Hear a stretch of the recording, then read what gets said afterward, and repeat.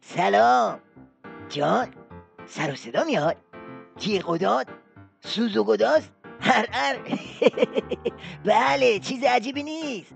این روزا اطراف و اکناف نظام پر شده از همین سر و صداها. حالا قضیه چیه؟ قضیه بیخداره. پایان نشست به اصطلاح مبارزه با داعش در پاریس. نمایندگان حدود 30 کشور امروز در پاریس گرد هم آمدند.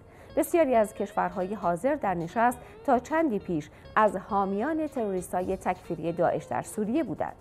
بله، داستان همون داستان تفریح ولی فقیه بی ترموستات نظامه. یادتونه چجوری دست پاچه شده بود و وسط راهروی بیمارستان داشت از تفریح ائتلاف ضد داعش مینالید؟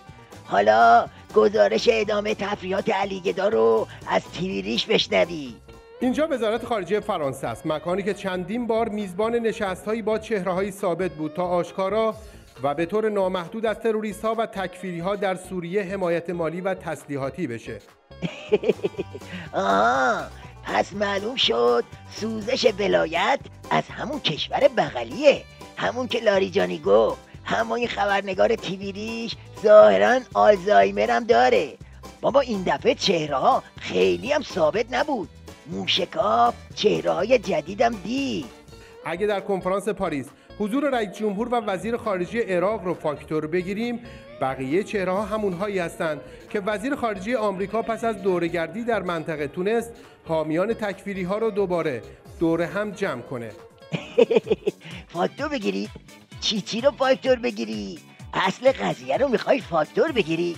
ببین، جای اینکه فاکتور بگیری سیلیک نثار صورت و سیرت عظما شده رو تحویل بگیر. اصلا بابا یکی به این خبرنگار شوت تیویریش بگه قضیه رو اینقدر جدی نکنه.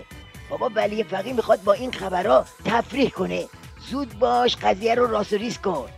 پایه‌گذاران کنفرانس امروز پاریس دقیقاً همون کشورهایی هستند که 1-2 سال گذشته تروریسم رو در سوریه پایه‌ریزی کردند و همینطور با حمایت‌های نامحدود مالی و تسلیحاتی تروریسم رو به عراق کشوندن و حالا امروز میخوان با داعش مبارزه کنند. این بیشتر به یه جوک شبیه تا مبارزه با داعش.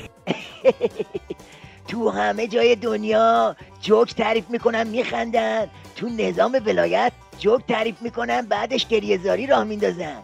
بابا این گزارش از پاریس بود با شرح سوته‌دلی ولایت. این تصویرها رو اینقدر به علیگدا نشون ندید، سنگکوب میکنه ها. رئیس جمهور عراق در این کنفرانس ضمن قدردانی از تلاش‌های کشورمان به صورت صریح و مستقیم درخواستش رو بدون نام بردن از کشور اینگونه مطرح کرد. منابع مالی آنها باید خشکانده شود. حمایت‌ها از این گروه‌ها باید خاتمه یابد. اگر همچنان افراد مسلح از کشورهای همسایه و دیگر کشورها به این گروه‌ها ملحق شوند، این ائتلاف‌ها بیفایده خواهد بود. بابا تو دیگه چه گوشتگوبی هستی زرقامی؟ فکر کردی یه گزارشی دادی و ولی فقیه تفریح کرد و بسیجی‌ها خر شدن و تموم شد رفت؟ اگه رئیس جمهور عراق از نظام تشکر کرد چرا عین حرفاشو نذاشتی؟ سر کیو میخوای شیره بمالی؟ تفریح هم آخه حدی داره، اگه از حد بگذره دلو میزنه. شاید سیاستمداران غربی بتونن با رفتارهای دوگانه هدفهایی را نشانه بگیرن، اما مردم در غرب از واقعیت‌ها غافل نیستند. حال چگونه می‌شود کشورهایی که شکل دهنده یک گروه تروریستی هستند با برگزاری کنفرانس با آن مقابله کنند؟ پذیرش این موضوع بسیار سخت است. این یکی دیگه شاه بیت گزارش تیویریش بود. اولش همچی گفت مردم غرب غافل نیستن که ما گفتیم الان میخواد یه تظاهرات نوئدی زیر شانزلیزه نشون بده. اما ته خط چی دیدیم؟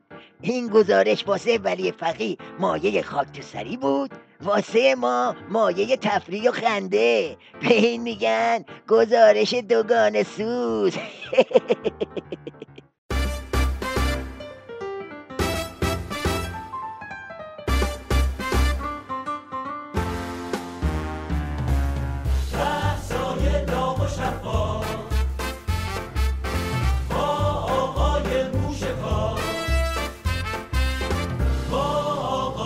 موشکاف